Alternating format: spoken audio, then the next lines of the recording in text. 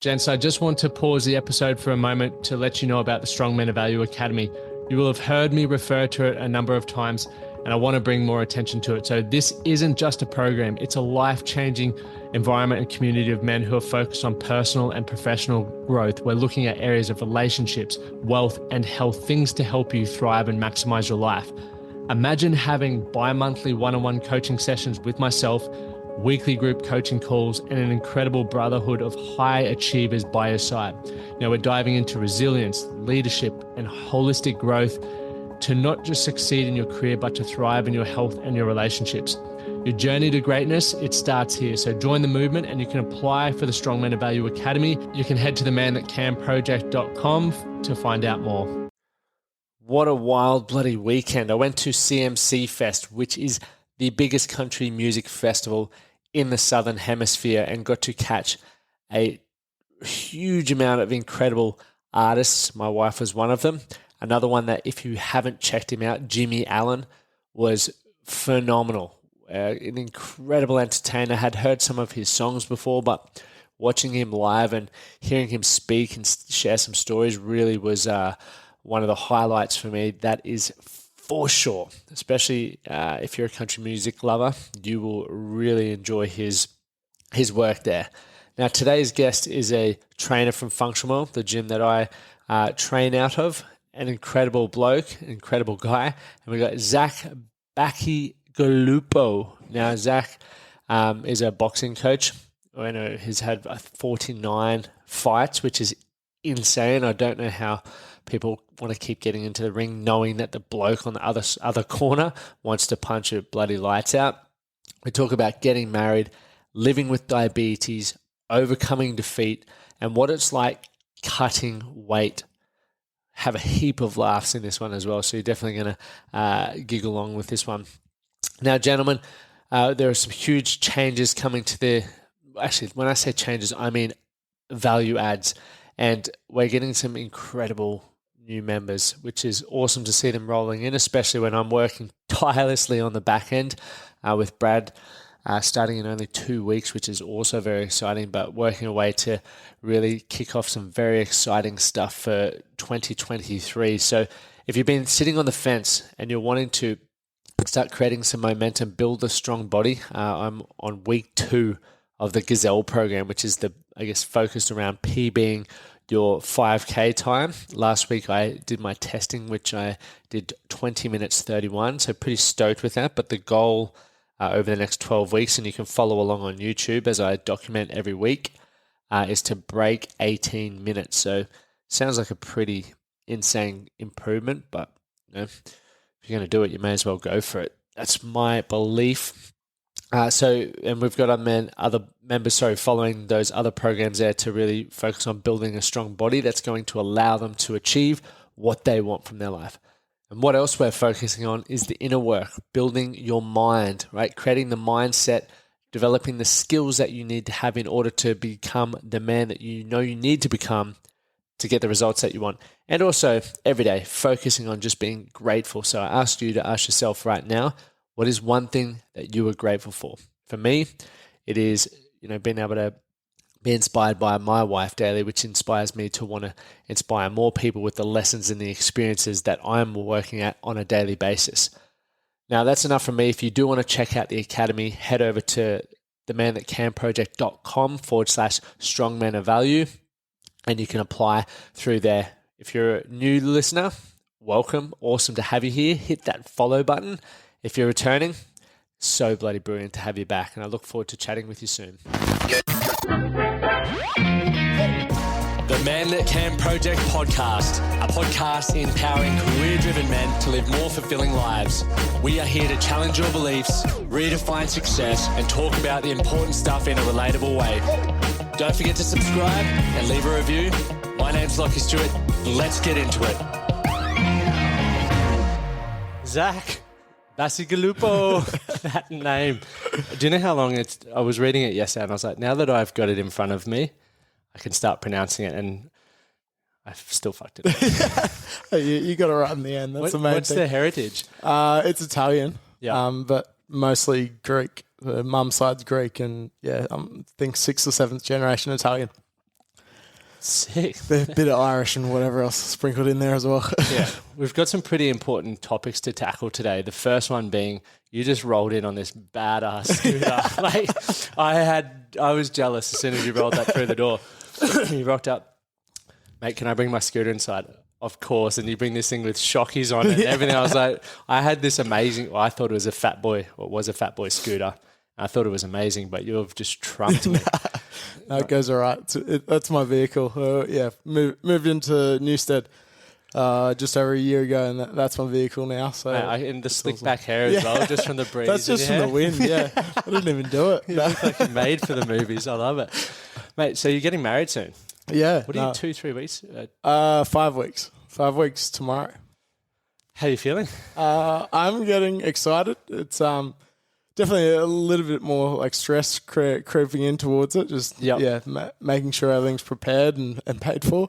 They don't miss you. No, yeah. As soon as you say wedding, there's a few extra zeros on it. I was literally looking at a videographer yesterday, and he had all of his pricing, and I was like, da da da da, and then it's like excluding weddings. Yeah. Like, you motherfuckers. As soon as it's wedding, it's like, what was now $500 is $20,000. Yeah, no, you're welcome. It's about right. Yeah, mate. So what's the process been like for you guys? Because have you had, I guess, your hands involved in it, or is the Mrs. Kel taking over?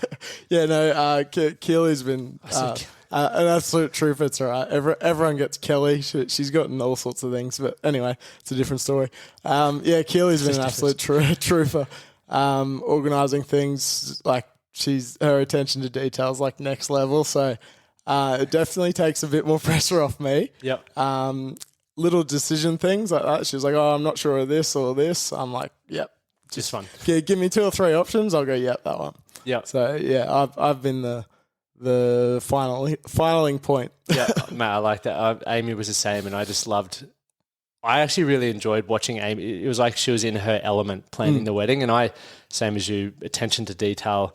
I could have had plastic chairs with a bed sheet over the table, and I would have been like, "Oh, how good's the spread?" Yeah, but then when I saw what Amy created, I'm sure what you're going to experience, you'll be like, the ladies are just incredible. Like, I've looked at her Pinterest board, and that's just as amazing. So can't wait to see what the finished product looks like. Love to see your Pinterest board. Yeah, it's not much. Take us through the proposal. So Hamilton Island, we went up there. What was it? I can't remember what I think it was just like end of the 3. Like, normally sort of 3 or 9 months. In the year, like we do a decent holiday. Yep. And I was like, let's just go up there. Like, I had the ring and everything sorted. I organised that like Christmas time. And yeah, took her up there. She was none the wiser. I was like, let's do a little video montage. Like, just film the trip. We'll get on the plane. Was that out of the ordinary for you? Yeah, definitely. Way out. And still, she was none the wiser. I just didn't know what was going on. This is a new Zach. I like him. Yeah. And then, obviously filmed all the way up into the hotel and organised a bottle of champers and a few rose petals on the bed, and still didn't realise what was going on. She was like, "Oh, this is really nice. The hotel's provided wine." Like, I was like, "Yeah, out of my wallet." But and then got on the balcony and dirtied the knee, and it was all over. Were you nervous, like in the lead up to that? Terrible. How were you feeling? I shoved the ring box and everything in like some thick old socks. Yep. Just to hide it. And I was trying to get into my bag while she was out. She's like, "Oh, Zach, come and have a look at this. There's birds here." I'm like, "Come in." I'm sweating. But it all went well. And I wobbled down to one knee and she cried, and it was great. And she said yes. Yeah, she said yes. Yeah. The most important. Obviously. I don't think the girls realise how much pressure is on that moment, because in the lead up as well, I was like, "This is fine. I'll do this. Yeah. And literally moments before, I was just like, I think we left at like 6 or 7 in the morning on the plane. Even on the plane, I was like, she's like, "What's wrong? I'm just nervous flying." You're really anxious. I mean, that's exciting. It's going to be the best time of your life. Like, we're coming up to a year in 3 weeks. 4 weeks, on the 10th of October. Yeah, 1 year down. And we still have fond memories of it. And I think having the videos and the photos and just the laughs from the whole experience is one of the best things I've ever got to do. But we're going deep with a big question first. So you can crack that. Mate, when I had Bainey on, I so like there's a sticker down the side and I was like, fuck, he hasn't cracked it. So the whole time he's talking, I'm like wanting to get over that and snap it. And he's like, mate, I've already got it. Like, it's just a clean split. Mine was like, well, you see what mine looks like. It's just like, I peeled it. So there's a little random, boring, pointless story. That's all right. But what's your biggest failure and what did you learn from the experience? In life in general? Or? Yeah, you can take it wherever you want. Dance floor is yours. Dance floor. Definitely around boxing. Like I've been in the boxing world for, would it be 13 years now. A fight, I had a year off because of injury and whatnot, and I took a fight on very short notice. Didn't prepare too well, just thought, I'll get in there. And but weighed in, I think I was walking around at like 88, 87. Yep. Fight weight in the amateurs is 81. So I had to drop 6 kilos on that one. That was a little bit cute. Yeah, I like that. Sorry. So I had to drop 6 kilos. And with the amateurs, it's weighing on the day. And I knew who I was up against. I was up against a guy who I'd beat previously. He actually went to the Olympics later on. But yeah, I was up against this guy and I knew he was a strong fighter and everything. And I was like, oh yeah, I've done enough. Like, I should be right. Prep's good. Just totally lying to myself. And complete denial. weighed in, got on the scale. Somehow I looked like a drained out crackhead, but fought really weirdly. We fought like very early in the night, so it was like 3 hours. I had to recover and rehydrate and everything, and warming up through like a couple of shots. Like, this doesn't feel good. Oh no! So again, probably a little bit mental with that. Like I got in my head a little bit. I was like, once the fight was on, I'm like, let's give it all we got, and gave it everything. But yeah, got sat on my bum pretty quick. So, yeah. Was it a knockout? It was a stoppage. So in the amateurs, once you get dropped once, you can sort of come back if you're good. But I think I got dropped once, come back up, and then dropped the second time. Like, you're Was done. that the one where you had neck issues from? The one where you got hit? No, that was a little bit later on. So you still got back in the ring. Yeah, so still going to go. How, highlighting on that, like how important is good preparation? Yeah, like 3 rounds. I've had 49 amateur fights. So 49. Yeah. Why do you? What makes you want to keep getting back in the ring? Achievements, I think. Like getting those extra little milestones. Yep. Like I'd been state champ, fought at Golden Gloves plenty of times. I really wanted to get to that national level, but couldn't quite cut it. I could beat national title holders, like different competitions and that sort of thing. But yeah, couldn't perform on the day for some reason. Why do you think that? Have you ever spent much time thinking about it? Yeah, a little bit. I think prep. Like if I was to tell myself 3 years ago what I know now, I reckon I'd get it. Yep. But yeah, injury and life gets in the way. Hindsight, I don't think. Yeah, hindsight. Everyone's hindsight's 20/20. Yeah. 100%. I think I'd be able to get it again. But yeah, different body at the moment. What would be some of those things that you would do differently, knowing what you know now with the hindsight? Programming, strength training, like boxing. Like I have a bigger sort of frame. Like as soon as I look at weights, I put weight on. Yeah, mate. At the moment, because you're training for turf games, I've put on a little bit of weight.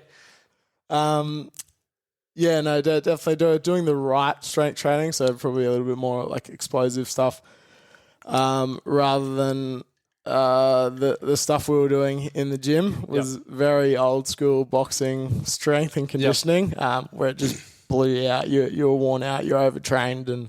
Didn't end up going too well for most of us. Do you feel boxing has a lot to learn in the S&C space? Yeah, definitely. It's creeping in. There was a guy, I forget his name, it was down the AIS a few years ago, and he was sort of sprinkling a bit of goodness in there. A little bit of sprinkles on fairy bread. Yeah, it was actually on the AIS. For one of the strength and conditioning podcasts. Oh, epic.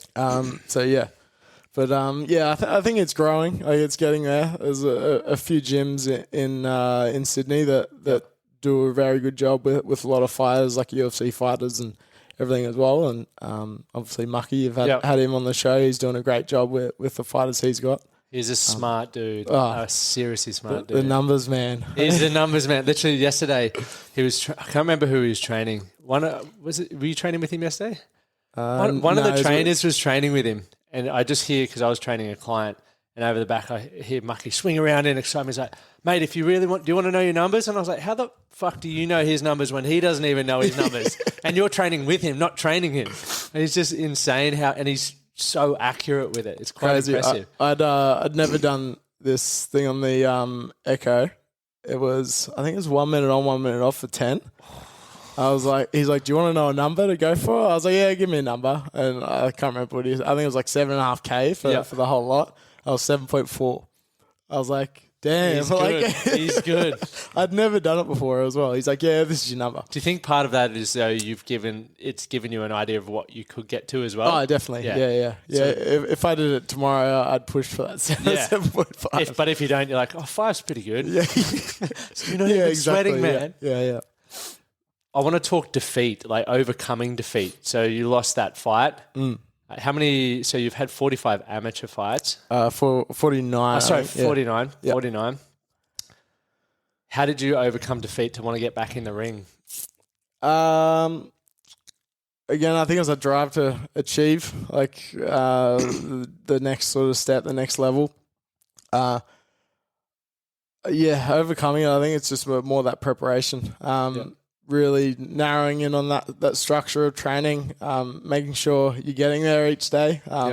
There's some days where you wake up, you're like, oh, I really can't be asked to train today, but you make it, and maybe it's not your best training session, but your head's in the door, you're still doing the work. Definitely think it's just around the structure of it and planning weeks and weeks in advance. That preparation and having the plan and the commitment to follow that plan regardless of what life's thrown at you. For amateur, for example, it's essentially 10 minutes of work, or 9 minutes of work.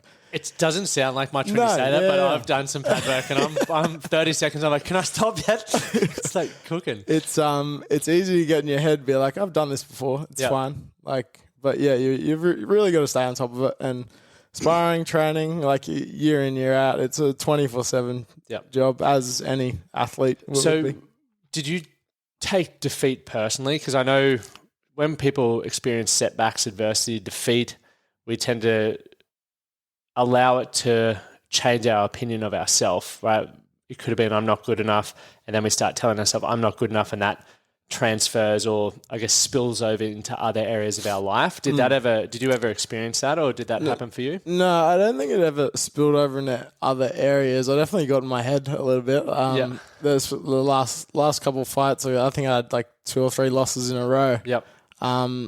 It's why am I doing this in the end?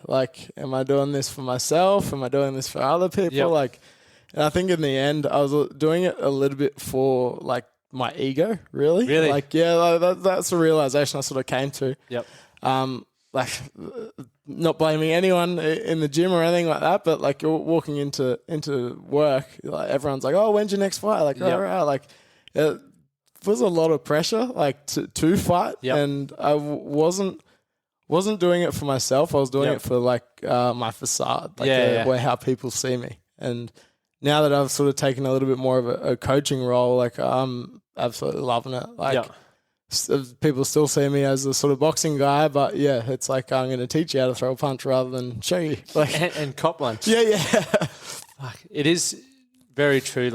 It's a similar environment I feel when I walk into the gym, because there's so many incredible coaches, there's so many incredible people that just attend the gym, from business to life and everything. It makes me feel like I need to perform at a higher level. And I've mentioned it multiple times. When I go back home, I just completely relax. I'm like very content with my life. And then I come back here and I'm like, I'm not doing enough. I need to do more. And it's the bubble that yeah, gets in your head. And it is good because I am ambitious and I want to be better, but I'm also like, fuck, man, I just need to stop and relax for a moment. And just stick to your processes and your route, like to try not to let anyone change that or steer you away from it. I think that's the biggest thing. In the end, like, would you ever have another fight, actually? Yeah. Yeah. Never say never. If I say the wrong thing on here, we might be having a fight. Might not get married. But coming to, I guess, your last fight, like you mentioned the last couple of fights, you started questioning things. What was it ultimately that made you go, look, I'm just going to have a breather for the time being? Injury. Yeah, no.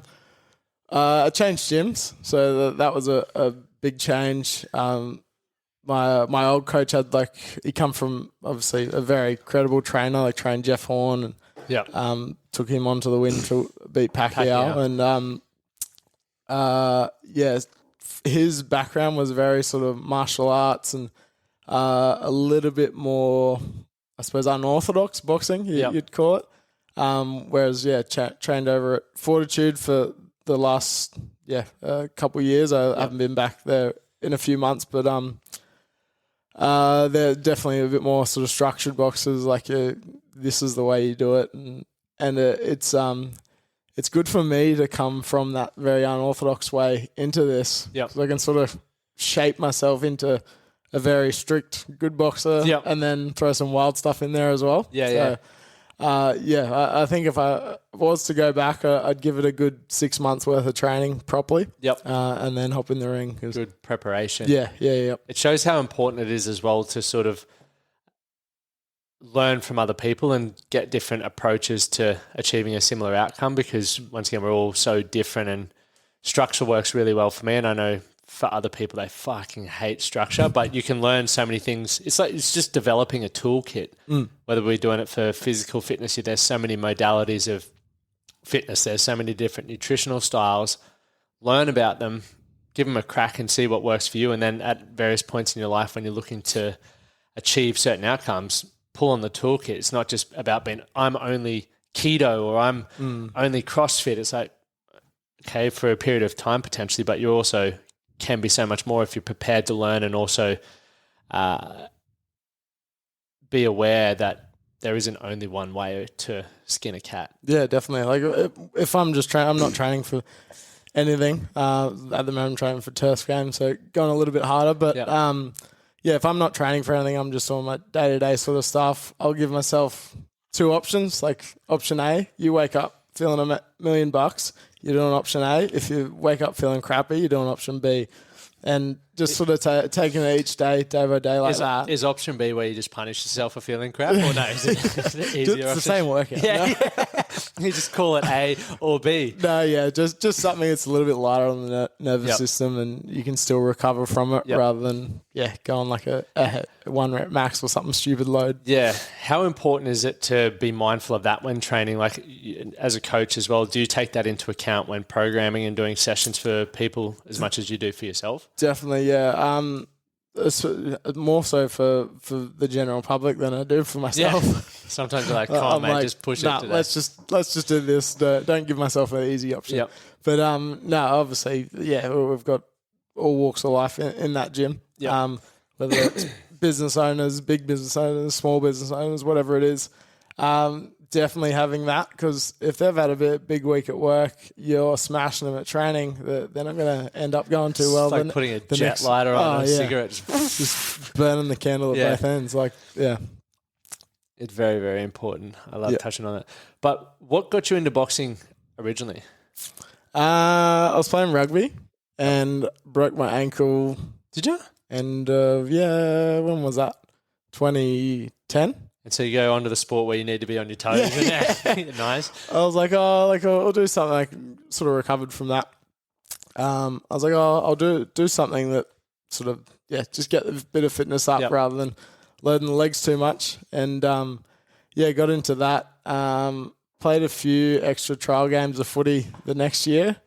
And within that sort of time, I had my first fight up at Golden Gloves in Caboolture, of the best place. And sort of went there 2 months later, had state titles and won that. And then I was like, I think I'm a better boxer than I am footy player. So we'll stick to boxing and give it a go. And then, You didn't ever combine the two? Played in a few like fill-in games and that sort of thing, but never on the field. Yeah, good. I was just checking. It's funny, I was pretty hot-headed before boxing. Like on the footy field, if someone standing on you in a ruck, I wouldn't be shy of swinging at you. But since starting boxing, like if there's an altercation in the street or something like that, I'll be the first one to walk away from it. Why is that?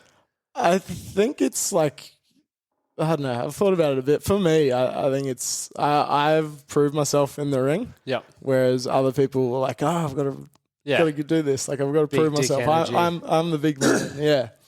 That sort of, it's important to think about like where that comes from, because I was one of those aggressive, angry boys, and when I think back to it, it was definitely insecurity and I was trying to prove a point, but a lot of the reasons why I was trying to prove something was because I felt inadequate. And when you're aware of why you're acting in certain ways, you can then start working on accepting it and addressing it. And no one likes to admit to themselves that they feel inadequate or they don't feel worthy or whatever it is. It's hard to think about. But once you put yourself in that position, you can then start going, okay, well, what has to happen for me to feel adequate? What does it look like for me to love myself or whatever that is? And we can start working on that plan. But most of us go, it makes me feel really uncomfortable. I'm going to go sink a few tins and get in a street fight and the boys will love me and I'll be strong and powerful. And it's like, okay, well, enjoy prison. Yeah, exactly. Yeah. You see how tough you are in there. There's a few extra people that would have it over you. Yeah. And there's always going to be someone bigger and tougher. And that probably goes back to what you were talking about in your last couple of fights, how you were thinking about why am I actually doing this now? Is it ego? And I feel probably looping right back around to defeat, there comes this level of spirituality because you have to start asking yourself questions. And if we don't have an environment where people challenge us, because most people want to support us in our life, or hopefully they do, but you do need those people who go, man, you've had 3 losses in a row. Why are you doing this to yourself? What's the purpose? And if no one's doing that for us, that's where, for me, spirituality came in. I don't like to sit here with like a Reiki thing or anything, but it's just like, I just started asking. Sorry, just the sage stick we came through earlier. But I started asking myself questions, and you have to sit with that for a bit. And once again, many people feel uncomfortable sitting there with their own thoughts. Like if you were to ask clients or people in your life, or for anyone listening, whether you can just sit there and process things that are going through your mind, most of us don't want to do that. We stay very busy. We look for avoidance things through pornography, alcohol, drugs, even exercise to a degree to avoid what's really there. But if we can get comfortable, and once again, I look at that mindfulness is spirituality, is that's what it is for me, whether it's journaling, thinking, to go, okay, well, what is the question that I'm not answering here, or I'm not asking myself here to understand that, so I don't do X, Y, or Z. Because once again, I don't want to be a prick. I don't want to be violent. I don't want to be aggressive. They were just a symptom of stuff that I was avoiding. Yeah, definitely. You got to I get annoyed at myself when I don't know why I'm doing something. So like if I've snapped out of nowhere and gone like, hang on a minute, like why did I say that? Like thinking about it like two minutes later, you're like, that was a real dick move. Like why am I doing that? Like what's caused me to think that way? I need to break that down to really understand it. Where like if you're just sort of brushing it off, and it's just going to happen again. Yeah, 100%. Rinse and repeat. You don't know what you don't know. So you may have just gone, fuck, that was a dick thing to say.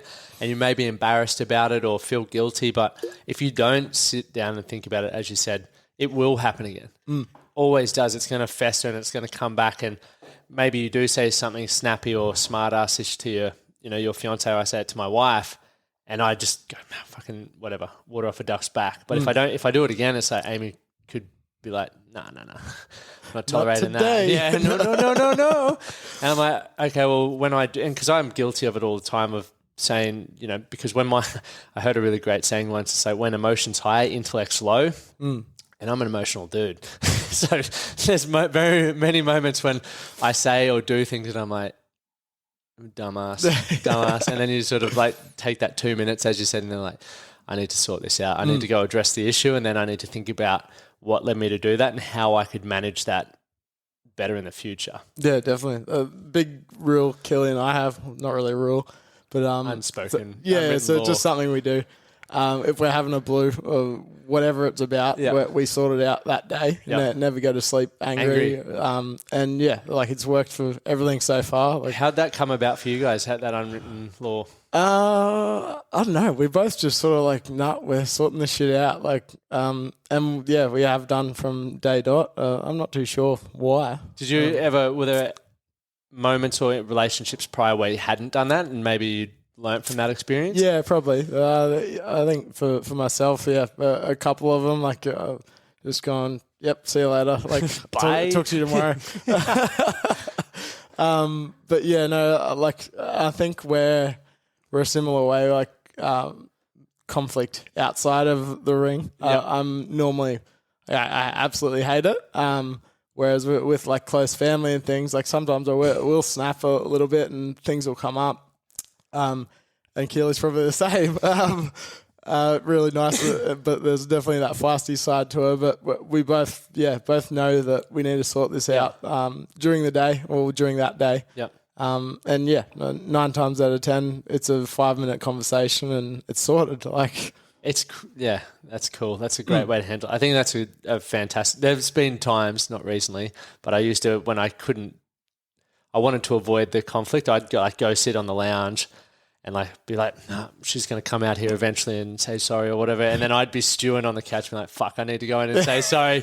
And then eventually I'd be like, fuck it. I'd walk back in and apologize, I'm sorry. And that was just at a point in my life where I couldn't manage my emotions. I always let my ego get the better of me, or, I couldn't say sorry. I didn't want to be wrong, but it's like at the end of the day, the stuff we were having a heated discussion about fucking was nothing in the grand scheme of things. So just drop. I don't have anything to prove. No, yep. And I feel like, that once again, going back to a lot of us, when we're stressed or we're having arguments with our partners, it's like, it doesn't even finish about what it started about. It ends up being, I'm just going to fucking win. Yeah. Whatever we're bickering about, you're the fucking loser. I'm the winner. You can sleep on the couch. There's been so many times where I've been arguing a point and Keely goes, like, why are you even saying that? Like, she puts it in her perspective. I'm like, that's bang on right. Like, I'm really sorry.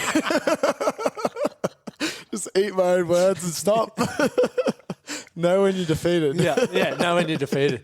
And that's probably where, like, sport and having those defeats in boxing has given you, I guess, insight into other areas of your life, right? Because you've had to have those moments of reflection. And if you go, well, it worked well in sport, I may as well reflect on my relationship, my work life, various other moments like that. Yeah, I'm sure it all creeps in there somehow. What's it like cutting weight? You said terrible. You look like a crackhead. Well, that one was the worst. They say as a general rule, try and get with good diet, get within 5% of the weight you need to be. Why do you drop so much instead of just going, for example, you're at 86 and you drop down to 81? Why wouldn't you just fight it whatever's close to 86? No, 91 is the next step that's up. why you don't want to. 10 kilos, bigger people. Yeah. I was short for a light heavyweight at 81. Yeah. And if you go up to that 91, you're fighting giants. That makes sense. Just simple response. I was like, are you just trying to like drop heaps? And have a heap more power? I don't know. I don't understand, especially the lighter weights. Like there's 4 or 5 kilos in it sometimes. Like they're absolutely killing themselves to get to the lighter weight and burning energy to do it. Like I don't understand that. And it's got to take a special kind of person to be able to put yourself through that, though. Yeah, no, it's a hurt box. Yeah, think of sitting in the sauna for as long as you can. And I struggle at about 12 minutes, and I'm like, oh fuck. But then you've got to do skipping with a sweatsuit on after that. Go for a jog with a sweatsuit on after that. Like you just got to keep it pouring out of you for as long as you can. What is that? Has that taught you much about resilience? No. Like, to be honest, I think it's the stupidest thing you could do. Like, I wouldn't recommend anyone to do with it. Like, if someone was like, "Oh, I'm having my first fight in a couple of weeks' time," like, good, fight above a weight above what you're at the moment. Like, yeah, right. First few fights, it wouldn't matter. Like, once you're sort of getting a bit more serious, then yeah, sure, you might need to do a little cut or something like that. But just get in, get the experience, and see how you go after that. Dennis has an amazing plan where he cuts weight. Like, talking about structure with him, so that's a human I've learned a lot from. Water loads, and then like, he barely has to do a few rounds of pad work or skipping. Like, he's a magician, with how strategic he is around his boxing. Yeah.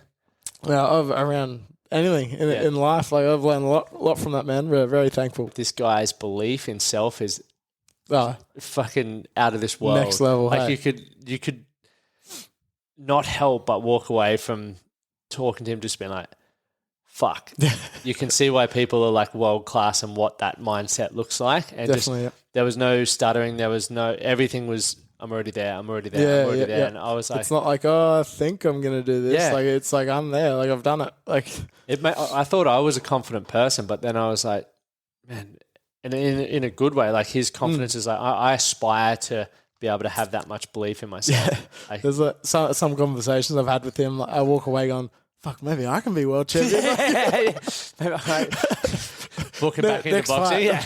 Eddie Hearn. 12 weeks. Make it happen. Yeah. Let's talk about the patch on the back of the arm. Yeah, yep. So CGM, continual glucose monitor. Yep. Just wear it for 2 weeks. It essentially tracks your blood sugar. Yep. Really good for, obviously, type 1 diabetic. Yep. Really good for seeing sort of what food spike you, what training does to you, what sleep does to you. Like, what have you noticed since using it? It makes you more strict on what you're eating. Every now and again, love a good feed. So have a blowout on the weekends or whatever it is. With this, even if you do see it spike, it's like, all right, like, that's made it do that. Like, I know why it's done it. Yep.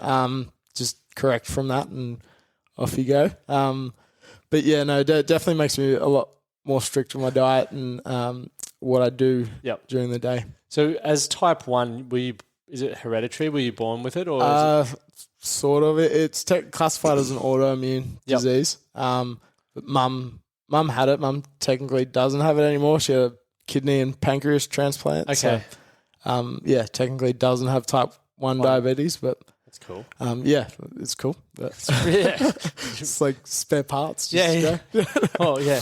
It's crazy what, like, the way health's going and the things that they're improving on as well, that's for sure. Yeah. But as, like, living and having diabetes, like, what are some of the challenges that for you, like, as an athlete and when you were fighting and stuff like that, but then also as a coach, does it interfere with things dramatically, or have you really learnt to manage it well? No, not a great deal. Like, the way I explain diabetes to people, it's like your body has the same response as, say, someone without diabetes. Yep.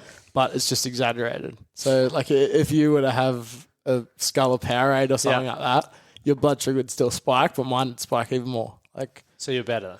Yeah. I win. Yeah, right.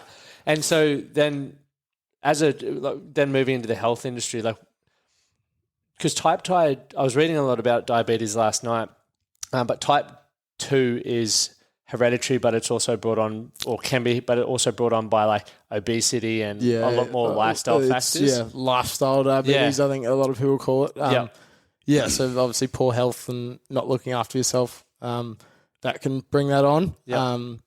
With those sort of diseases as well, like, you can be more susceptible to other ones. So say like arthritis and that. Okay. All sorts of things. Obviously there's complications that come with diabetes as well. If you've got really poor control, then, like, there's diabetics that lose limbs and eyesight. I was reading some stuff. You would have seen some horrific stuff, mate. I like, just because I've seen you and I've got another mate who has diabetes and they always seem in control, and I'm like, can't be easy. that bad. It's easy, right? And then I was reading it, and it's like it's hectic, like hectic. But I it shouldn't be hard.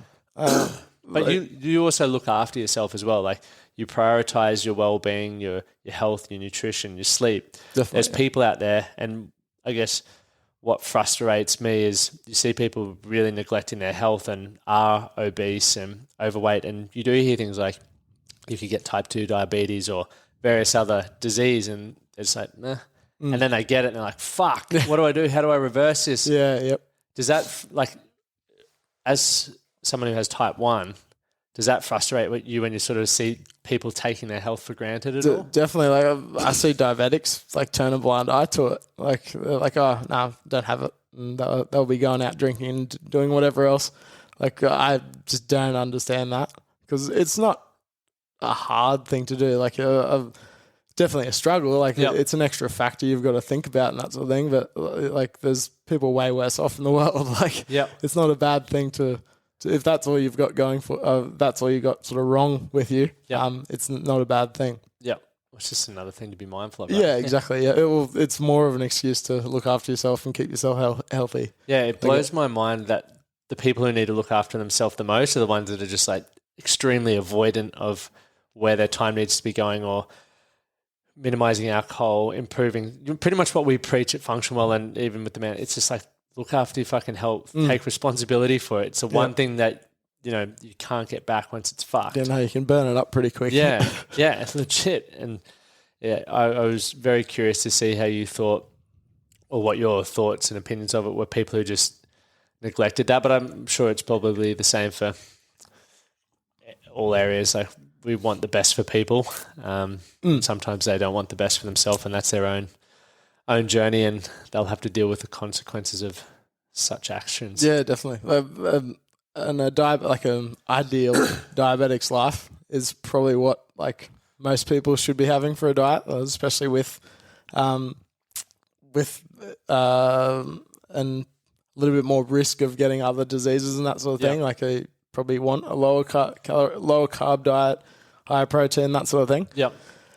But yeah, like it's not a hard thing to do. And I don't know. I've lived in a very sporty sort of upbringing, and obviously mum had the diabetes for a long time, and so I've learned a lot off her and her mistakes that she didn't know she was doing as well. But yeah, I find it really hard to see how people can just let things slide down the hill and and keep going the way they're going. Sometimes, like you stop for a week, you'll feel better. Like it's crazy with a poor lifestyle. Like So has it helped you get more, I guess, in tune with listening to your body? Like, I think so. Like I think it makes you listen to your body. Like during a training session or something like that. Like your legs go on you because you've done like squats and running or something like that. Like that's the sort of feeling when your blood sugar is going down as well. So I'm like, shit, is my blood sugar low or am I just being a pussy? Well, then you got to deal with it, balance that up, right? So a quick 2-minute check. That's why these things are the best. Like it takes 2 seconds. Don't have to draw blood or anything, and you're like, oh no, I was just being soft. It was just me trying to check out. 9 times out of 10, it was that. That's a good point to raise, though. I think in today's where we're at currently in society, there are so many things that are getting attention, which they 100% need attention, but it's also providing a lot more reasons why people are sort of tapping out of things before they should be. There's am I being soft or is my blood sugar low? Well, check it and find out, and then you'll get your response. But it's very easy to go, I'm not going to check it, I'm just low. When in reality, you could just be tapping out and you're not pushing yourself to your greater potential. And obviously, if the outcome that you're working towards is important, that's a reason people do it with career, business, relationships. And it's like, well, check out what the real cause is here. Like, is it just you're not prepared to go back and finish the conversation with your wife or your partner, and you're going to sleep on the couch and then you'll probably move out the next day? It's like there's all these moments where we need to really step up. And I'm you read about stoicism, but I'm also just like, just take responsibility. And if you're okay with not achieving an outcome or you want the outcome, at least you're in control to dictate that. But if you keep looking for reasons why you can't achieve things or why this didn't work out for you. You just, once again, you're going to sit at home, sucking your thumb, going, fuck, my life sucks. Yeah, yep. So, some resources on diabetes as well for people to listen to. Obviously, head over to you at Coach Zach _ Yeah, Coach Zach was taken, unfortunately, I think. Oh, yeah. That's one of the... I had to add the extra little underscore to add some flair. I always think you should have put a little fire emoji as well or something. Yeah. I always think I'm so lucky I got onto Instagram early, so I got my full name with no underscores or dots. I had the stupidest names when I first started Instagram. So Zachy B69 or yeah, something. something like that. No, it was like they call him Bassy or something like that. I was like, yeah, good job, mate. Yeah, well done. Amazing. You know what they say, when emotion's high, the excitement of joining Instagram, the intellect's low, and you choose a name like that. Yeah. Which is fun. But you're happy to have a yarn with people about any of that sort of stuff. Yeah, definitely. Mindset. Yeah, just reach out, whatever it is. The book you recommended, Diabetes Solution by Dr. Bernstein. Yeah. Bernstein. There's a Facebook group, Typeonegrit, and Let Me Be 83 are also good things, which is brilliant. Yeah. Is there anything you'd want to add to like the diabetes stuff that, I guess, things that you wish you knew earlier, or for people who are training with diabetes that could be beneficial for them? Definitely these things. I wish they came out 10 years ago. It would be great, the CGMs. But to be like the biggest thing I've done in the past in recent past is really fine-tune my diet. Higher protein, lower carb, and a fair bit of fibre as well. Yep. Get it bloody flowing. Yeah, well, and more of just the blood sugar. Like if I have the same meal and no greens or no sort of fibrous component of it, like I can see a decent spike, especially with this. But if you have the same thing, it sort of just mellows out, does a little hop up. But what I forgot the question now. Damn it! It was going to be brilliant. It was probably going to make the episode. No, I've forgotten. Anyway, that's all good. Why is physical fitness important to you? For health, for the most part. So strength training, predominantly. Like as I said in my boxing career, like I sort of turned a little blind eye to it and didn't really do it too much. But as I've sort of come out of that, I've definitely realised how important it is, and again, I see that through the data I've got from this. Yep. Life, longevity, and quality. I would say that's why it's important. I like it. Yeah, really, really like it. And I just remember what my thought was around the nutrition.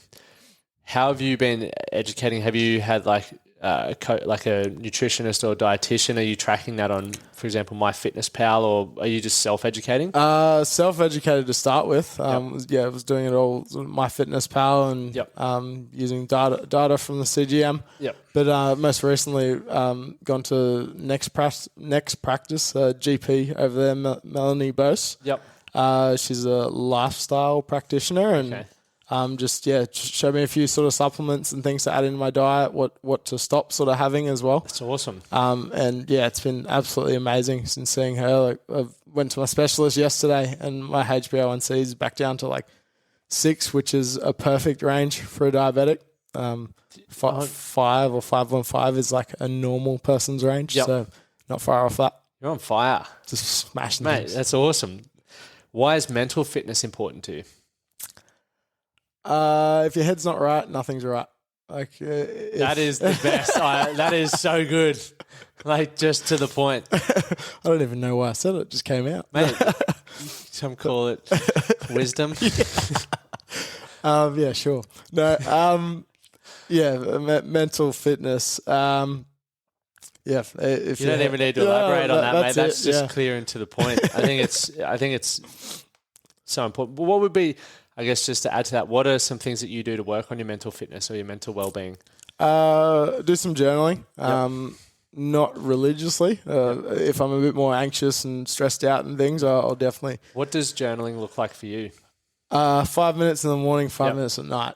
Double up. Just something real easy. A lot of times, if I'm stressed or anxious, it'll be that nighttime one that's really important. Yep. A good thing that I do is if I've got things troubling you, like sometimes lay in bed and go, fuck, forgot that program. Yep. Like, Mate, I've experienced that. literally writing it down, pen to paper too, not on the phone. Yep. And yeah, that just like, all right, that's written down now. I can forget about that and have a good night's sleep. Like it's helped me out a lot. That's epic. Is there one more thing that you do for mental fitness? Get as much out of you as possible. For physical fitness, I feel like that's good for my health, my head health. Yep. Training. Like if I don't train, I'm a grumpy prick, and no one wants that. I feel you. And finally, we obviously mentioned people can find you on Coach Zach. You also got a boxing. Can you quickly run us through the boxing program? Yeah, cool. So roughly every quarter, run a 6-week boxing program. So people, all different levels. People have never thrown a punch before, to people who've done corporate fights and that sort of thing. Yep. Run 6 weeks through that and just try to train people sort of how to throw punches properly, different skills with sparring, how to take a punch as well. It's hopefully you never have to. No, yeah, or how to avoid them as well. Yeah, duck and weave. Yeah. Yeah, perfect. And can they find you any other way or contact you any other way other than Coach Zach on Instagram? The FFC website as well, so fightingfitchallenge.com. Boom. Got that written down. Mate, thanks so much for coming on. This has been a good laugh and a pleasure, and I've taken away a heap. That's good. Thanks, mate. Thanks for having me. Thank you for listening to the Man That Can Project podcast. My name is Lachie Stuart, and I hope you enjoyed this episode and found it helpful. If you did, please take a moment to rate and review the Man That Can Project on your favourite podcast platform. And don't forget to subscribe to stay up to date with our newest episodes. We'll see you again next time.